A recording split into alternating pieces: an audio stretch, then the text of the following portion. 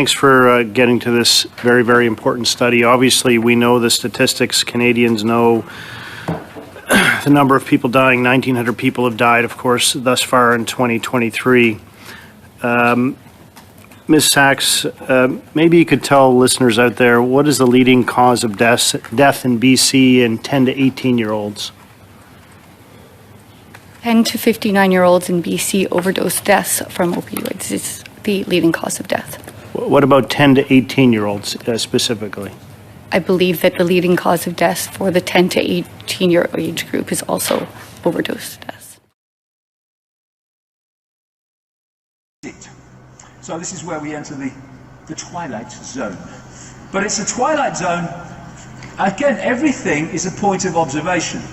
A twilight zone to a mainstream journalist will be perfectly bloody logical to someone who's done 50 years or so, or 25 years, or how many years it is of research into something.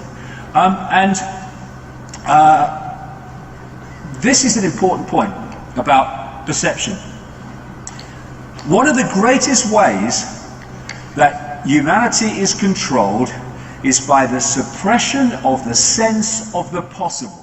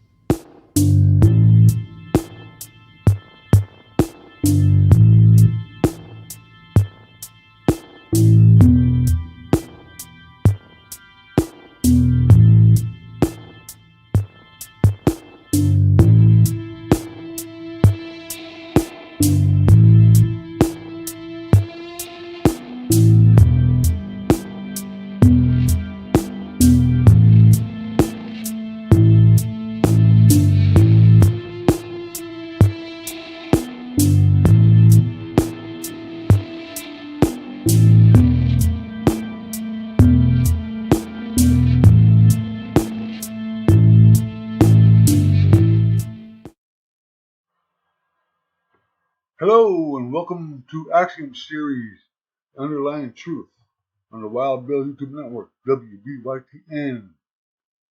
Before we begin, I'd like to remind everybody to like this video. Feel free to make comments, observations, and ask questions. Subscribe to WBYTN and hit that bell. And most importantly, share this content with friends and family. Now, I'd like to remind all viewers, remind everybody what is meant by Axiom series. Axiom series is a concept of mine that I made to remind everybody that no matter what you see on TV, see on the internet, read, talk about, discuss, hear in public, there's always another side to that story, and probably more than one more side to that story. So don't limit yourself to believing the first thing that you were told. Now, on to today's show. This is Addiction Recovery and Community Health visited again. And I was watching YouTube and I saw on the channel This Guy's Garage I don't know what you call it, some type of hearing within the Canadian government concerning the opioid crisis, the drug issue that's going on in this country right now. And I found it necessary to chime in on this, as this is my third video in terms of addiction recovery and community health, and I see a lot of problems with it because there is no community health when it comes to addiction, at least the way things have gotten to right now. And I feel it is important to share what was said in that hearing. Because if everybody remembers, just a couple years ago, in my first video, I brought up the issue of these drug kits that are being handed out by health centers. Pipes, crack pipes, needles, that kind of stuff. But at the same time, they put barriers in the way when somebody wants help to get off the drugs. And the focus of it was my health center on my reserve. The link for that video will be in the description. But now, I always knew it, that this idea of a safe supply that the government is handing out is not going to help nothing either. So they're handing out the tools to drug users for people to do the drugs. Now they're handing out the actual hard drugs for people to do. And it's under the guise of safe supply, which is a lie. And those drug kits that are being handed out under the lie that, well, the idea that they tell the public is that, quote unquote, what I remember is, if they're going to do it, let's try and make sure that they do it safely. You know what I mean? And that is a lie, because giving somebody drug tools and then the drugs after is like giving a compulsive gambler $100, drop them off outside of a casino and tell them to wait there. I'll be back in an hour. Same thing. It's not good. It's not good. Nothing good can come from that. And so let's go ahead and let's listen to, in parts again, what was said in this hearing.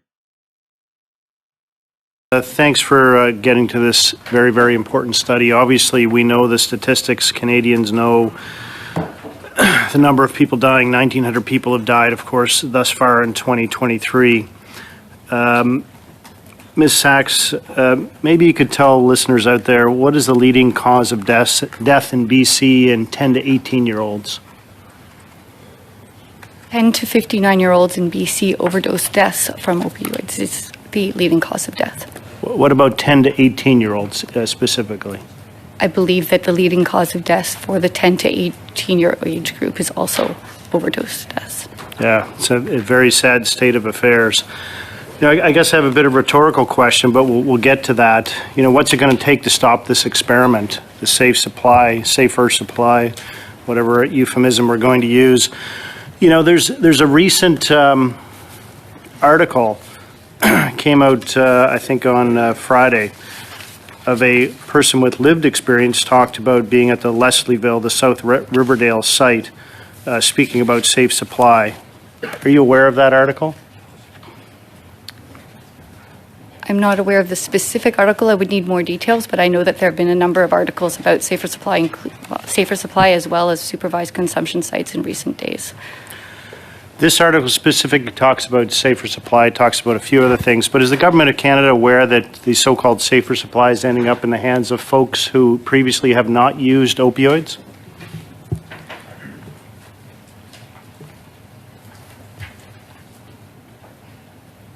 What the government is doing right now is undertaking and investing in a suite of services, which includes prevention education, harm reduction, I'm treatment, sorry, maybe you recovery. misheard me. I'll interrupt you. I apologize for that. But are you aware that the so-called safer supply is ending up in the hands of folks who've never used opioids before?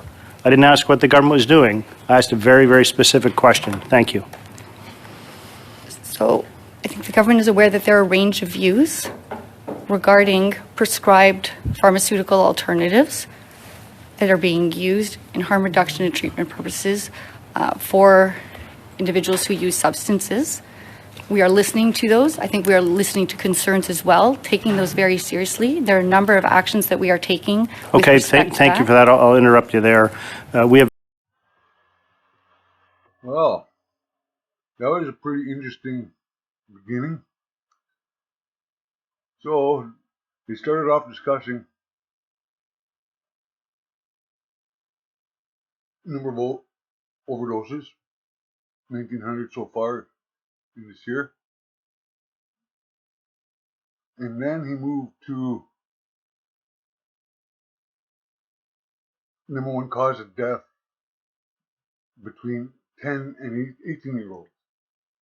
And that is the leading cause, overdose is the leading cause of death between 10 and 18-year-olds.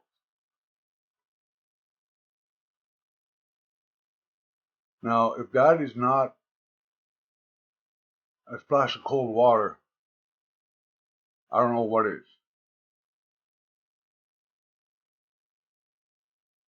Because the youth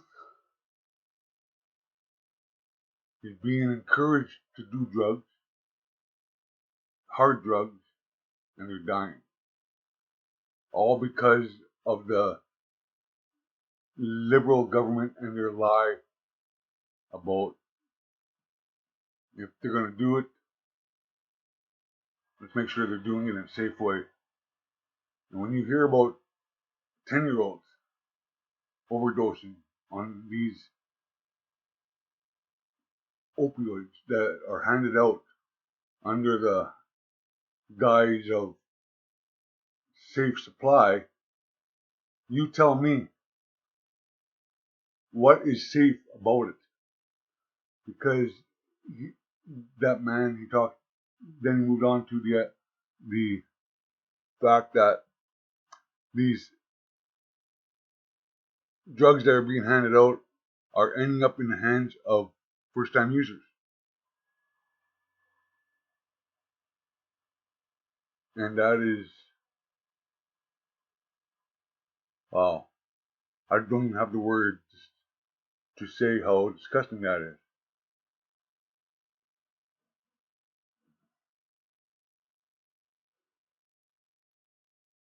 Makes me wonder about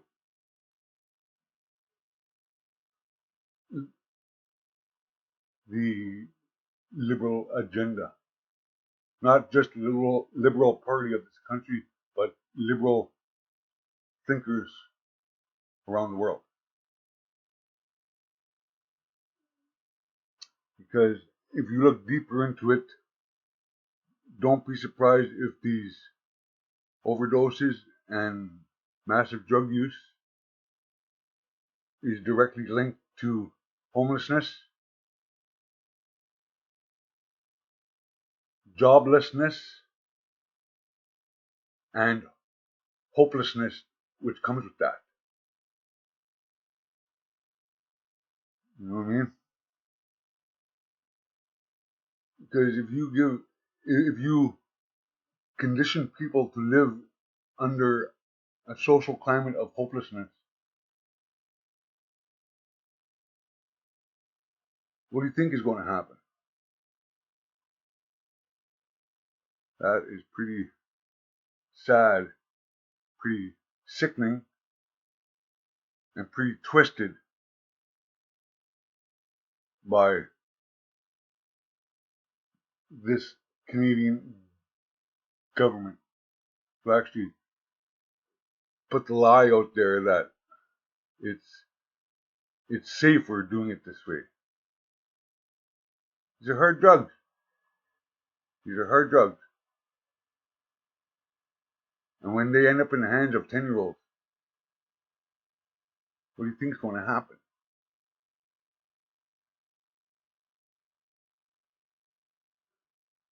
And the woman answering the question tried to BS her way through it, talk about a suite of programs. You know what I mean? Because if this program isn't working and only creating deaths and addicts on a massive scale, what other programs in this suite of programs that you talked about, how is that supposed to help? You know what I mean? So anyway, let's move on to. We have a convention here that you'll answer in length of my question, so thank you. Is the government aware that the price on the street of a 8 milligram tablet of hydromorphone has gone from approximately $20 a pill to $2 a pill? Again, I would repeat that we understand that there are a range of views and perspectives and reports in terms of prescribed pharmaceutical alternatives. We are taking concerns that are being raised seriously. We are looking into those. We are taking a number of actions. Thank you. Thank you very much. I'm trying to be very kind here, but I'm asking very specific questions to which you're really not answering. Is the government aware, your department aware, that the on-the-street price for 8 milligram tablets of hydromorphone has gone from $20 to about $2 a tablet? We are aware that there are reported concerns with diversion of prescribed pharmaceutical alternatives, including as a result of the price of that.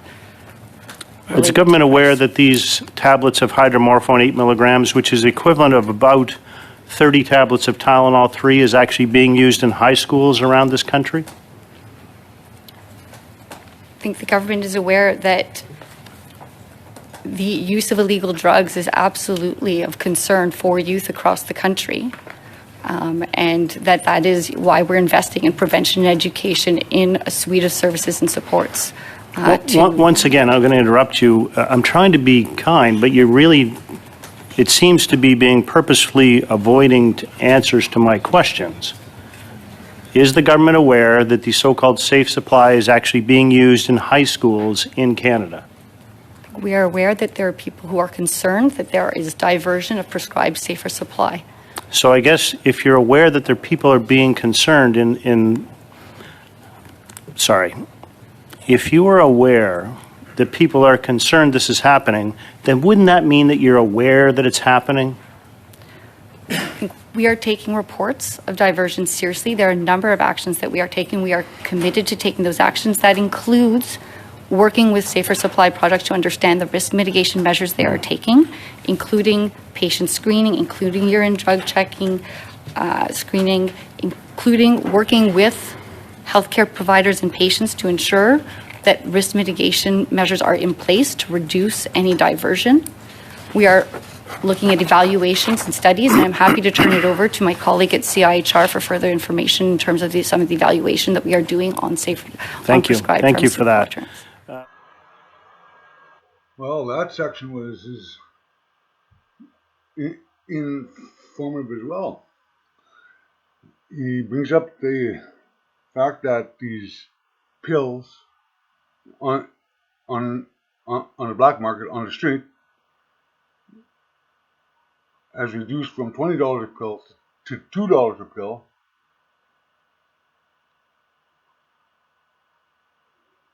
And you also talked about how these drugs are being used on a massive scale in high schools across the country. And once again, that woman answering the question tried to do an end around about stuff, trying to play it off that she wasn't aware what was going on, and that's bullshit. She talked about illegal drugs, which is bullshit as well, because it's the government handing these out. So how can it be illegal if the government's handing it out? If they are illegal, they should be arresting these drug pushers that are actually handing them out.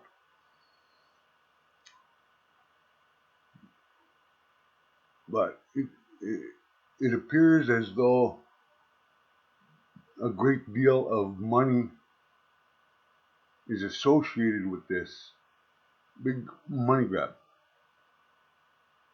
in terms of the pills themselves, the safe houses that are in existence for these people to go into and do their drugs, the drug kits that are being handed out, and then whitewash to try and ignore it, what's going on. Wow. Because if there's that much supply hitting the street that it causes the price per pill to drop from $20 a pill to $2 a pill, how much drugs is actually hitting the street because of the safe supply? How many pills are being manufactured? How many pills are being handed out? Wow. Wow.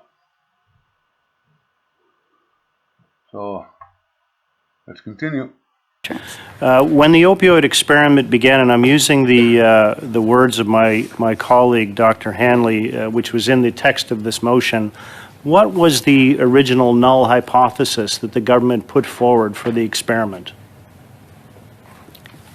Could you repeat the question at the beginning? Yes. What was the original null hypothesis generated for this experiment?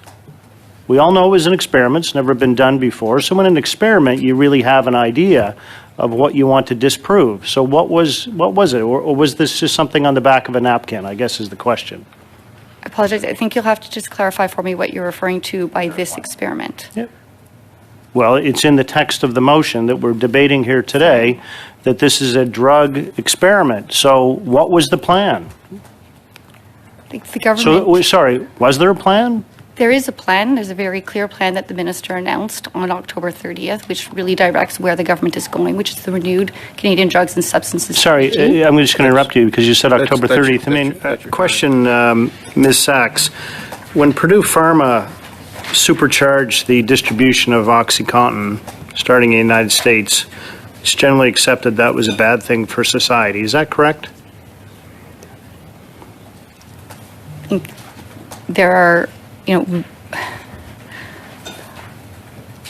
there were concerns then in terms of how, at the beginning of the opioid crisis and prescription of opioids and the implications that had. Sorry, Ms. Sachs, I'm just going to interrupt you there, but isn't it true that the Sackler family of Purdue Pharma was sued by the U.S. government for billions of dollars for that action? Correct. Thank you. So that would mean it'd be a bad thing, probably. Well, there were many Simple concerns, yes or no. including the Canadian government has expressed concern. Absolutely. There were Okay, concerns. thanks. So tell me this then. Why is it a good thing that the Canadian government is now giving people 30 tablets of 8 milligrams of hydromorphone for free? The Canadian government is investing in certain programs, which includes prescribed pharmaceutical alternatives as one of a suite of measures. And I'm aware of what they're doing. I'm just trying to get you to answer the parallel. It's quite obvious. When Purdue Pharma did it for money, it created a public health emergency. When the Canadian government gives these drugs away for free, we think it's okay. The Canadian government is looking at providing a range of services. As I said, often these programs are part of a suite of services so that individuals can connect with primary health care, mental health services, housing, job training. It is creating a connection to health and social services and support. Ms. Sachs, all of that stuff makes perfect sense. Giving it away for free doesn't. Wow. That woman was just so dumbfounded by those questions that she had a hard time answering them and tried to bullshit around again, talking about different programs, suite of programs, and all that, about housing, everything like that.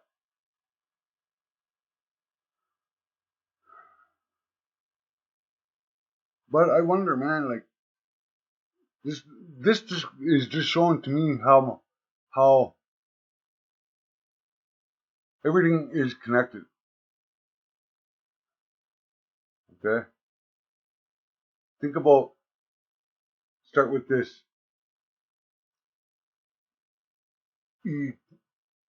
economy, the way it is.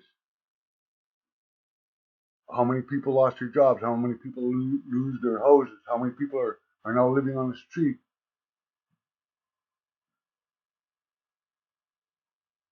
Create the hopelessness to get to a desired goal. Then think about how hopelessness goes sometimes. You have no hope, so you get into a vicious cycle of drug use, and then overdoses, and then on a massive scale like this. Then you think about the euthanasia laws.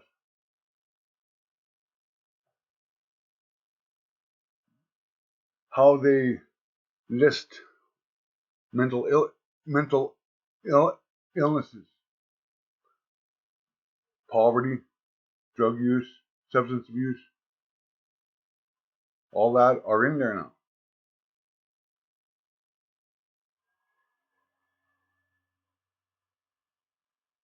Where is the help when it seems like there is no help? Because they just want to drug you up, it seems like. Numb the pain, numb it instead of working through it.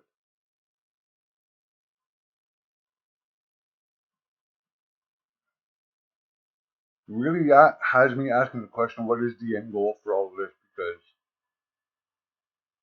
I don't see a positive coming out of this. I see much destruction.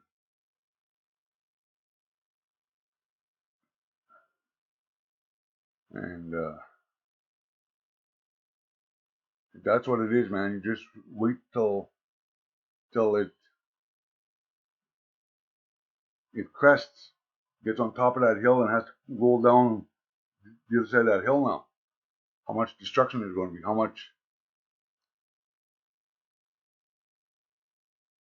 much hopelessness is going to be?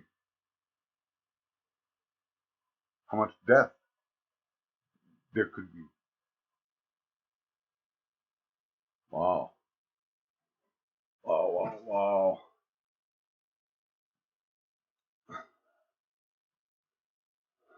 So anyway, there's still one more little part here, and I'm just going to let it run to the end.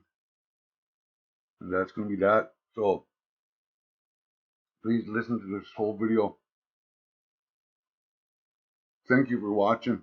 Don't forget to like this video, subscribe to WBYTN, leave your comments, questions, and observations, and don't forget to share this content with your friends and family. So with that, I will say, Bama P, be safe, and I'll see you again next time.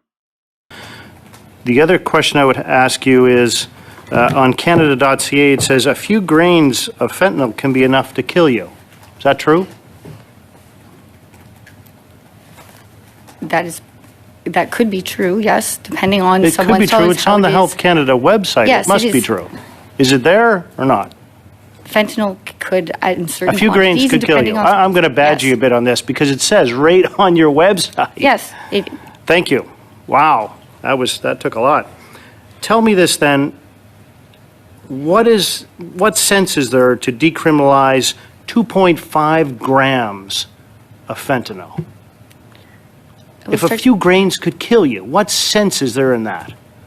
I can add, first of all, I think in the exemption for BC, it is clear that trafficking of drugs, so if that is pure fentanyl, right, any trafficking of drugs remains illegal, even under the 2.5 grams. And so when we are talking about the exemption in BC, we are talking about the personal possession, personal use of a total of 2.5 grams, which will include, other substances that can be cut with whatever, the substance that they are using. Thank you. I mean, I understand all that, but, let's talk a bit about amounts. Let's say, from some American data, I used other data previously, but a lethal dose is as little as 0.25 milligrams. That means 2.5 grams is enough to kill 10,000 people. 10,000. Now, we had the minister here before, it's cut with something. Let's cut it in half. 5,000 people, let's cut it in half again. 2,500. Let's cut it again. 1,250 people. The one person is allowed to carry. Is that appropriate? Simple question. Is it appropriate or not? The threshold that was used in BC was developed based on a range of factors, including patterns of use, the data that we do have, including from law enforcement. There were a range of factors that were considered to establish a threshold. It is a cumulative 2.5 grams. And as I mentioned, trafficking, even below the 2.5 grams, remains illegal. Thanks. I'm not talking about trafficking. I have one final question. We talked about the addiction medicines experts who requested to meet with Minister Sachs, talking about this is not harm reduction, it is harm. It's not safe supply, it's reckless supply. It is reckless. It's reckless for people suffering from addiction. It's disregard for our communities. There's a complete failure of monitoring, supervision, and abrogation of responsibility. Will the minister agree to meet with these physicians who wrote this letter? I can't speak on behalf of the minister. What I can Will your say is that department meet with them then?